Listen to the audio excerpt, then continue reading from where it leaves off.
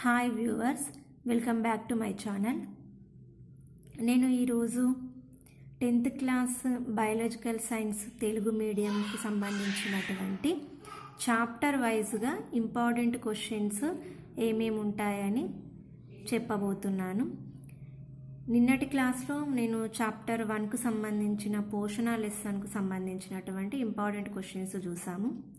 ఈరోజు చాప్టర్ 2కు సంబంధించినటువంటి శ్వాసక్రియ శక్తి ఉత్పాదక వ్యవస్థకు సంబంధించినటువంటి ఇంపార్టెంట్ క్వశ్చన్స్ ఈరోజు తెలుసుకుందాం. అది ఇప్పుడు ఏ మోడల్ పేపర్ ఎలా ఉందంటే 8 మార్క్స్, 4 మార్క్స్, 2 మార్క్స్ అని ఉంటున్నాయి. ఆబ్జెక్టివ్ నేమో 1 మార్క్ అని ఉంటుంది. ఇంతకుముందు ఎలా ఉండే పాత మోడల్లో అంటే 4 మార్క్స్, తర్వాత 2 మార్క్స్, 1 మార్క్స్ అని ఉండేవి. ఆబ్జెక్టివ్నేమో హాఫ్ మార్క్స్ అనేది ఉండేవి. టోటల్ 40 మార్క్స్కి ఉంటాయి. మరి ఇప్పుడు నేను తెలియజేసే ఈ లెసన్లో క్వశ్చన్స్ అంటే అన్నీ కలిపి ఉంటాయి అన్నట్టు. 8 మార్క్స్కు, 2 మార్క్స్కి, 1 మార్క్స్కి ఉంటాయి. మీరు కావాలంటే నేను ఆబ్జెక్టివ్ పేపర్ను కూడా నేను చాప్టర్ వైజ్గా చేసి పెడతాను. మీరు కావాలనుకుంటే నాకు కామెంట్ బాక్స్లో చెప్పండి. ఈరోజైతే చాప్టర్ నంబర్ 2లో శ్వాసక్రియ శక్తి ఉత్పాదక వ్యవస్థ లెసన్లో ఇంపార్టెంట్ క్వశ్చన్స్ చూద్దాం. ఇందులో ఫస్ట్ క్వశ్చన్ వచ్చేసి శ్వాసక్రియలో వివిధ దశలు రాయండి. రెండవ క్వశ్చన్ వాయు ప్రసార మార్గం గురించి రాయండి. మూడవ క్వశ్చన్ మానవునిలో శ్వాసక్రియ విధానం గురించి రాయండి. నాలుగవది వాయువుల మార్పిడి వల్ల ఉచ్ఛ్వాసించే నిశ్వాసించే వాయువుల సంఘటనంలో తేడాను తెలిపే పట్టికకు సంబంధించిన ప్రశ్నలు. అంటే దీనికి ఈ వాయువుల సంఘటనకు సంబంధించినటువంటి టేబుల్ ఉంటుంది టెక్స్ట్ బుక్లో. ఆ టేబుల్ ఇచ్చి ఆ టేబుల్ని బట్టి కింద క్వశ్చన్స్ ఉంటాయన్నట్టు. ఆ క్వశ్చన్స్కు మనం ఆన్సర్లు రాయాల్సింది ఉంటుంది. నెక్స్ట్ 5th క్వశ్చన్ వచ్చేసి వాయువుల రవాణా గురించి రాయండి. 6th క్వశ్చన్ కణ శ్వాసక్రియ గురించి రాయండి. నెక్స్ట్ 7th క్వశ్చన్ వాయు సహిత శ్వాసక్రియ, దీని ఇంగ్లీష్లో ఏరోబిక్ రెస్పిరేషన్ అని అంటాం. నెక్స్ట్ అవాయు శ్వాసక్రియ, దీనిని ఎనెరోబిక్ రెస్పిరేషన్ అని అంటాం. ఈ వాయు సహిత శ్వాసక్రియ అవాయు శ్వాసక్రియ మధ్య భేదంను రాయండి అని అంటాడు. ఒక్కోసారి ఇంగ్లీష్లో పదాలతోని క్వశ్చన్స్ వేస్తూ ఉంటాడు.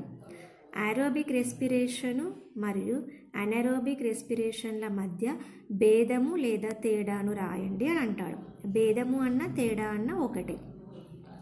నెక్స్ట్ 8th క్వశ్చన్ కండరాలలో లాక్టిక్ ఆమ్లం గాఢతను ప్రభావితం చేసే అంశాన్ని చూపే గ్రాఫ్కు సంబంధించిన ప్రశ్నలు. ఆ గ్రాఫ్ను ఇచ్చేసి దాని మీద క్వశ్చన్స్ వేస్తూ ఉంటాడు అన్నట్టు.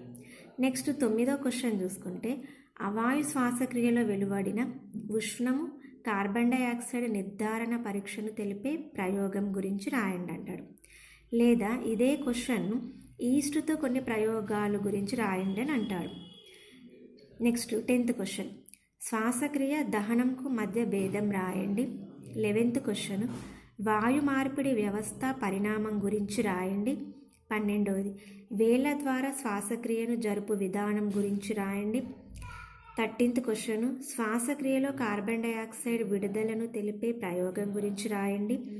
14th క్వశ్చన్ శ్వాసక్రియలో ఉష్ణం విడుదలను తెలిపే ప్రయోగం గురించి రాయండి. 15th క్వశ్చన్ కిరణజన్య సంయోగక్రియ శ్వాసక్రియకు మధ్య భేదంను రాయండి.